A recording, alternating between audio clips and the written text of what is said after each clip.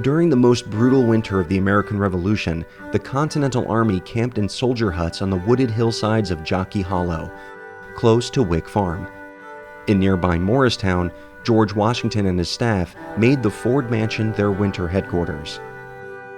These places played a pivotal role in keeping the revolutionary effort alive, and in 1933, these sites in Morristown, New Jersey were designated the first National Historical Park in America. When the National Park Service commissioned photographer Xiomáro to capture Morristown in detail, he dove in. I almost approach it like an actor taking on a role. So I try to get immersed in it. What was it like to be a soldier at that time? What was it like to be Washington? What was going on in these rooms? Who was walking around here? What were they doing? Those are the things that I bring to it, and I try to get a sense of that in the photographs as well. It's almost like watching a writer put together a book. He did ask a lot of questions. Who used this? Who used that? What might be the most important thing in the room? I like to call him a historian with a camera, a historian through the lens. Yeah, see this circle here, that oval. I don't know if I can get it. I like to play with light and shadow a lot.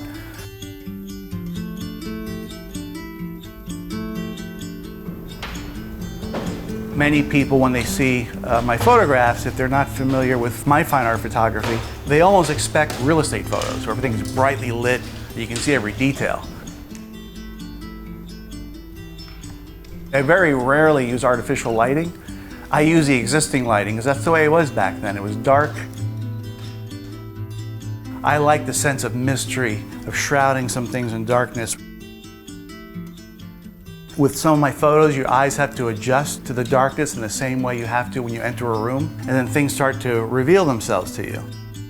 This is a sense of, give people a sense of discovery, and also giving them a sense of what it was like to be in a room a couple hundred years ago, which was generally pretty dark and uncomfortable. When you come here, you are behind a stanchion or a velvet rope. You can only see so much. And I'll take a general shot to kind of establish the room that we're in so people know what we're looking at. But then I'll try to zero in on things. It might be something simple like a cup that's all metal and beat up, and I want to give people a sense that they didn't have the kind of comforts we have. I'm also aware, obviously, artistically, of the compositions. I try to have some kind of order that directs your eye to certain things. And my mind is actively engaged. There's a lot of minute movement of the lens to get the composition locked in the way I want to do it. Yeah, I just love this mirror, and this detail is just gorgeous, and it's probably not something a lot of tourists are going to see from their vantage point behind the door. So it's definitely a tightrope that I have to walk. The Park Service already has a body of work that's purely archival. I don't want to take a purely documentary photo, but I can play with composition. So what I do is I try to photograph things in a completely different perspective. A good example of that, I think, is a photograph I took of the very room that George and Martha Washington slept in.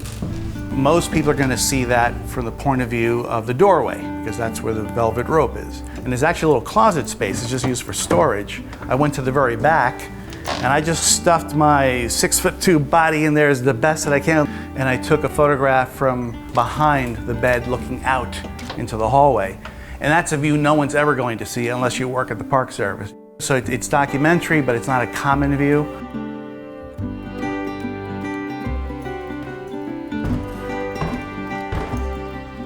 There's an image that shows the 3 or 4 steps on the second floor going from the servants' side to the main part of the house.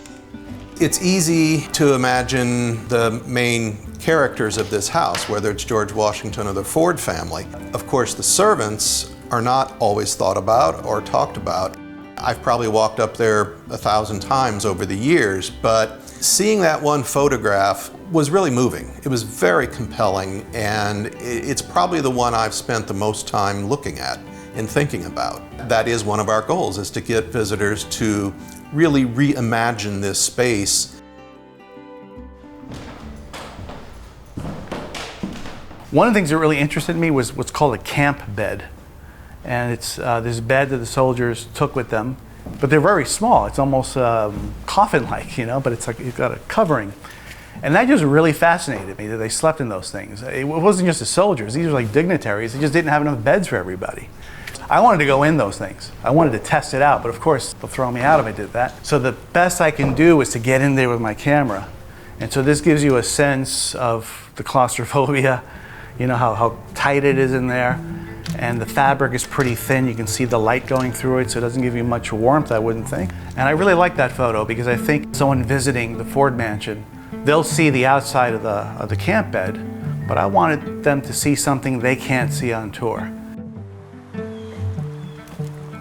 The Wick House is basically a farmhouse, so it's not a wealthy person's house like the Ford Mansion was. But then I zeroed in on details, and there might be a piece of hardware with an interesting shape to it. There might be a shadow falling on it that also gives you another interesting shape below it. And then what I tried to do is take other shots around the Wick House to kind of give you a sense of the area. So one of the things that I did was take a shot of this fence that kind of leads the eye to the Wick House.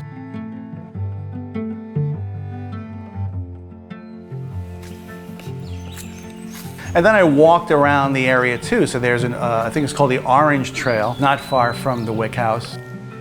What was really interesting here were the trees. They were almost like sculptures in some cases. That's another dimension to the park. When you walk along the path, it's almost like you're on a museum route. The soldiers' huts, they just look like cabins. But when I went inside of them, the floor is just dirt. The bunks are just planks of wood. All I know is that it was not comfortable, and I wanted to get those details in the pictures. At the same time, I found a beauty to these huts. There's a symmetry in how they were built, the work that was involved in putting it together.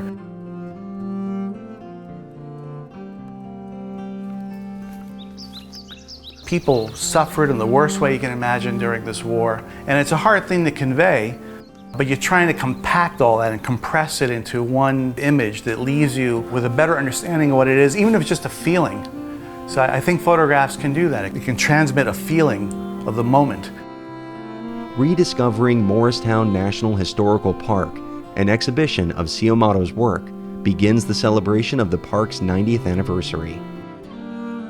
How do you present yourself in a way to modern audiences? I think every historic site deals with this topic. And one way that we have now that we can rely on is this body of work.